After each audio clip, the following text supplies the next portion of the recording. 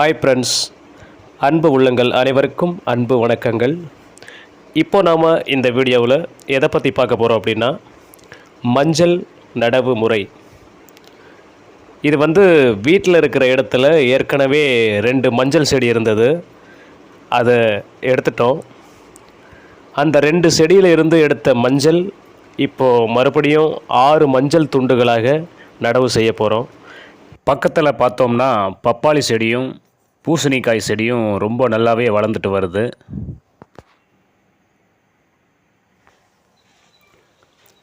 இந்த இடத்துல தான் மஞ்சள் துண்டுகளை 6 துண்டுகளாக நட போகிறோம். இந்த மஞ்சள் கிழங்கு துண்டை மண்ணில் வச்சு பதிக்கும்போது ரொம்ப ஆழமாக பதியக்கூடாது. ஏன் அப்படின்னா சீக்கிரமாக முளைச்சி வராது, ரொம்ப நாள் லேட் ஆகும். அதனால் வீட்டில் இந்த மாதிரி மஞ்சள் செடி வளர்க்கணும் அப்படின்னு நினச்சவங்க இந்த மாதிரி செஞ்சாலே ரொம்ப அருமையாக மஞ்சள் செடி முளைச்சி வந்துடும். இந்த மஞ்சள் ஆனது இப்போது பிப்ரவரி மாதம் நடவு செய்கிறோம் அப்படின்னா மறுபடியும் தை மாதம் பொங்கல் வரும் இல்லைங்களா, அப்போது சரியான முறையில் மஞ்சள் அறுவடைக்கு வந்துடும். பொங்கலுக்கு ஒரு மாதத்துக்கு முன்னாடியே வந்துடும் நினைக்கிறேன். இருந்தாலும் பொங்கல் டைமுக்கு நாம் அதை அறுவடை செஞ்சோம் அப்படின்னா பொங்கல் வைக்கும்போது அந்த மஞ்சளை யூஸ் பண்ணிக்கலாம். பொதுவாக இந்த மஞ்சளை ஒரு அடிக்கு ஒரு அடி கேப் விட்டு வைக்கும்போது ரொம்பவே நன்றாக கிழங்கு படரும். 1 அடி அல்லது 1.5 அடி இதுதான் சரியான முறை. அப்படி வைக்கும்போது ரொம்ப நல்லா கிழங்கு படரும். ரொம்ப நெருக்கமாக பக்கமாக வைக்கும்போது அது சரியாக கிழங்கு படராது. மஞ்சள் கிழங்கு துண்டுகளை மண்ணில் பதிச்சு மூடினதுக்கு அப்புறம் தேவையான அளவு தண்ணீர் தெளித்து விட்டுக்கணும். அதுக்கப்புறம் தினமும் அதுக்கு தண்ணீர் விட்டுக்கலாம். வீட்டில் 1 செடி 2 செடி வச்சாலும் அல்லது தோட்டத்தில் பெரிய அளவில் மஞ்சள் செடி நடவு செஞ்சாலும் அதுக்குண்டான முறைகளை ரொம்ப அருமையாக கையாண்டு சிறப்பாக செஞ்சிங்கன்னா மஞ்சள் ரொம்பவே சூப்பரான முறையில் உற்பத்தி ஆகும். இந்த இடத்துல எலுமிச்சை செடி இருக்குது, 2 செடி இருக்குது எலுமிச்சை செடி.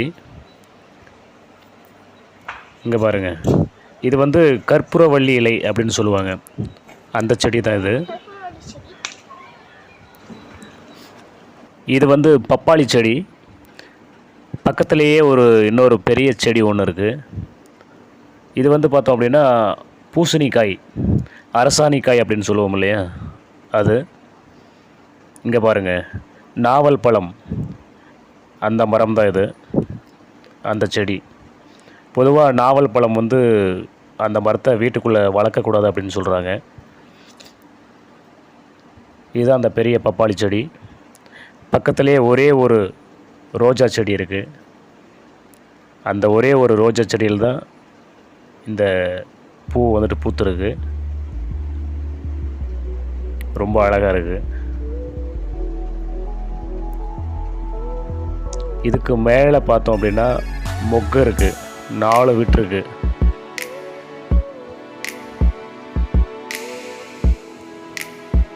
இதுதான் அது.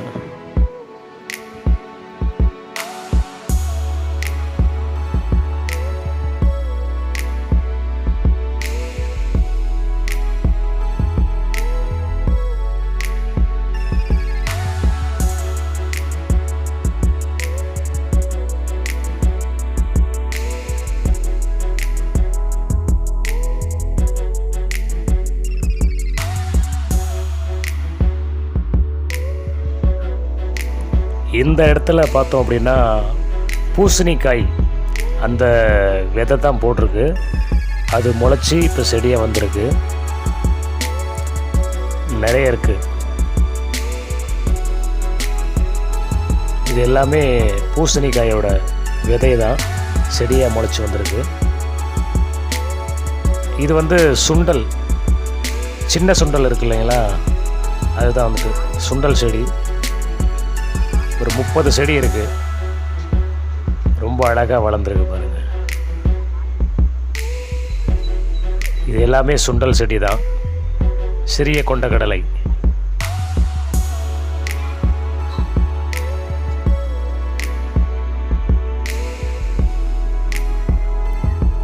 இது எல்லாமே வந்துட்டு அதுதான் கருப்பு சுண்டல் அப்படின்னு சொல்லுவோம். இங்கே வந்துட்டு தக்காளி செடி ஒன்று,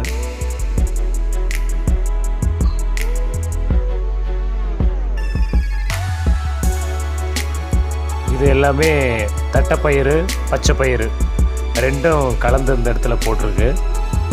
அதுவும் ரொம்ப நல்லா வளர்ந்துருக்கு. பச்சைப்பயிறு தட்டைப்பயிறு ரெண்டும் கலந்தது இந்த இடத்துல இருக்குது.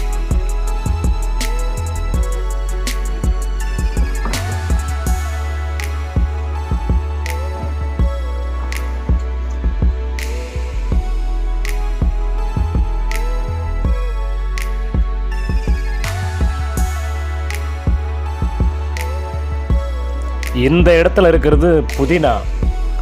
ஒரு கட்டு புதினா வாங்கினதை யூஸ் பண்ணிவிட்டு அதோட தண்டு அடிப்பகுதியை மண்ணில் நட்டு வச்சோம். அதுதான் இது. ரொம்ப நல்லா துளிர்த்து வருது. இங்கே இருக்கிறது எல்லாமே புதினா தான். அதே மாதிரி இதுக்கு பக்கத்துலேயே வந்துட்டு 100 கிராம் அளவில் கொத்தமல்லி அந்த விதையை வந்துட்டு தட்டி தூவி விட்டுருக்குறோம். அதுவும் ரொம்ப நல்லா வரும்னு நினைக்கிறேன். இங்கே வந்து 2 தென்னை மரத்துக்கு இடையில் வந்துட்டு முருங்கை மரம் இருக்குது. ரொம்ப நாளாக வந்துட்டு முருங்கை வந்துட்டு பூவே விடலை. அதனால் வந்துட்டு இது என்ன பூவே விடலை அப்படின்னு நினச்சிட்டு இருந்தோம். அப்புறம் ஒரு 2-3 மாதத்துக்கு அப்புறம் பூ வந்தது, முருங்கைப்பூ.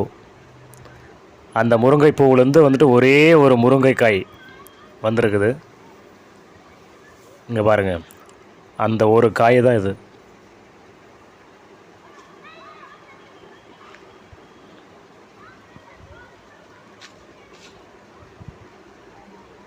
முதல் காய்.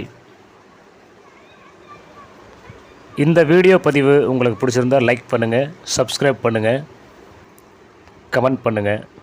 நன்றி.